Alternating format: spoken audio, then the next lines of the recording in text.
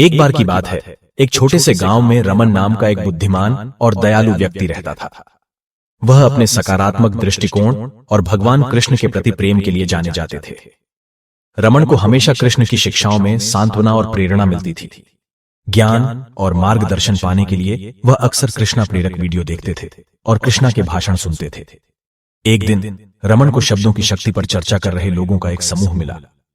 वे इस बात पर बहस कर रहे थे कि मीठे शब्दों का लोगों के जीवन पर अधिक प्रभाव पड़ता है या कठोर शब्दों का।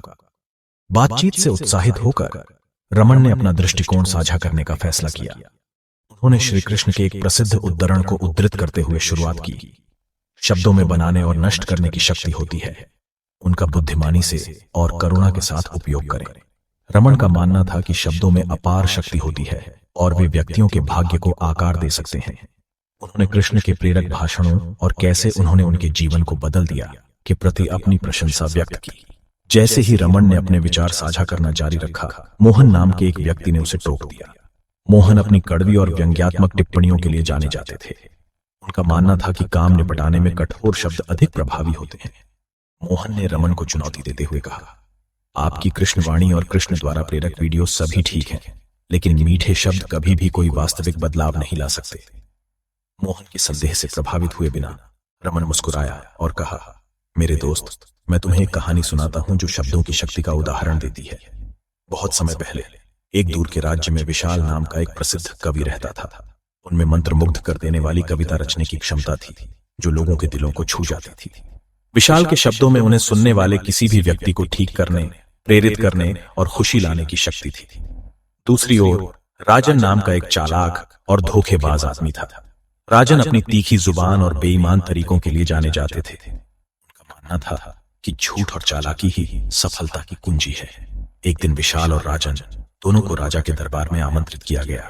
राजा ने उनकी क्षमताओं का परीक्षण करने के लिए उत्सुक होकर उनसे अपना सर्वश्रेष्ठ कार्य प्रस्तुत करने को कहा। अपने स्वभाव के अनुरूप विशाल ने एक हृदय स्पर्शी कविता सुनाई, जिसने दरबार में मौजूद सभी लोगों को भाव विभोर कर दिया। उनके शब्दों ने वातावरण को सकारात्मकता और आशा से भर दिया। हालांकि राजन ने एक अलग रास्ता चुना। उसने चालाकी से अपनी मीठी बातों से राजा की चापलूसी की और दावा किया कि उसके पास असीमित धन और शक्ति है। शुरू में प्रभावित होकर राजा ने राजन को अपने दरबार में एक उच्च पद दिया, लेकिन जैसे जैसे समय बीतता गया, राजा को एहसास हुआ कि राजन के शब्द खोखले वादे थे।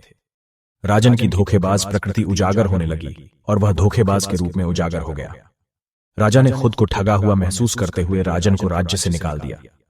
इस बीच विशाल अपने काव्य छंदों से लोगों को प्रेरित और उत्साहित करते रहे।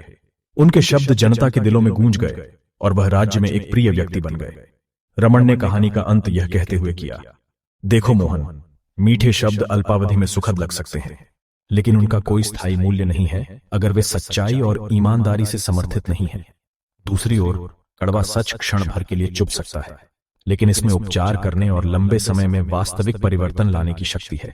कृष्ण के शब्द और उनकी शिक्षाओं से प्राप्त प्रेरक उद्धरण हमें सत्य, करुणा और व्यक्तिगत विकास की ओर मार्गदर्शन करते हैं। गहरी सोच में डूबे मोहन को शब्दों का बुद्धिमानी से उपयोग करने के महत्व का एहसास हुआ। वह समझ गए कि केवल शब्दों की मिठास या कड़वाहट ही उनका प्रभाव निर्धारित नहीं करती। वास्तव में जो बात मायने रखती थी वह थी उनकी प्रामाणिकता और उनके पीछे की मंशा। उस दिन के बाद से मोहन ने अपना तरीका बदल लिया। रमन की कहानी और कृष्ण की बुद्धिमत्ता से प्रेरित होकर उन्होंने सच्चे और दयालु शब्दों की शक्ति को अपनाने का फैसला किया, और रमन की तरह उन्हें कृष्ण की शिक्षाओं में सांत्वना और प्रेरणा मिली, जिससे उनका जीवन बदल गया, उसके आसपास के लोगों का जीवन। कहानी का सार स्पष्ट था, गलत व्यक्ति जितना भी मीठा बोले एक दिन बीमारी बन जाएगा, और सच्चा व्यक्ति कितना भी कड़वा लगे एक दिन औषधि बनकर काम आएगा।